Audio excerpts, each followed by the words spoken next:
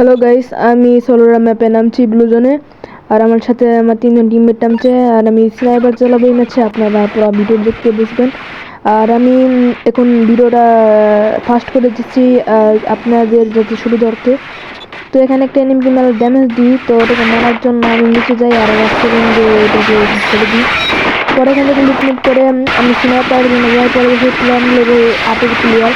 ওকে মারছি, দেখুন নামটা দেখুন, প্ল্যান লেভেল, কোনো মিথ্যা কথা বলবো না ভাই। তারপর আমি ইমোট দিয়ে ওর কাছে লুট করে তারপর আমি স্নাইপারের বেশি খুঁজতে বলবো না যে স্নাইপার আসলে পাবো কি পাবো না। পরে আমি ভিডিওটা সার্চ করে দিয়ে এর জন্য আপনারা হয়তো দেখতে পারেন। তো আমি এখান থেকে যে মানে কে বলে তাকে নতুন আছে নাইট শেয়ার নাইট শেয়ার এখান থেকে স্নাইপার পেয়ে যাই এটা তো একসাথে একটাকে একেবারে মেরে দিলাম। পরে এখানে একজন ভিউ করতেছিল, পরে নেক্সট সেকেন্ডে চাকায় দিয়ে কি টাকা দিলাম। তো ভাই এখান থেকে আমি ডাবল স্নাইপার নিয়ে নিই, ডাবল আর্ম। তো আর আগের ক্লিপটা আপনাদের দেখানো হয়নি, আগের ক্লিপটা আপনারা দেখে নিচ্ছি কীরকম নিলাম। তো ভাই আমার ক্লিপটা আমি হিল দিলাম, থাকে গুলাল ফাটাই দিলাম, তারপরে চাঙ্গিটাকে লবিতে বাহাই দিলাম। এখন লবিতে যাওয়ানো দিয়ে নিচ্ছি।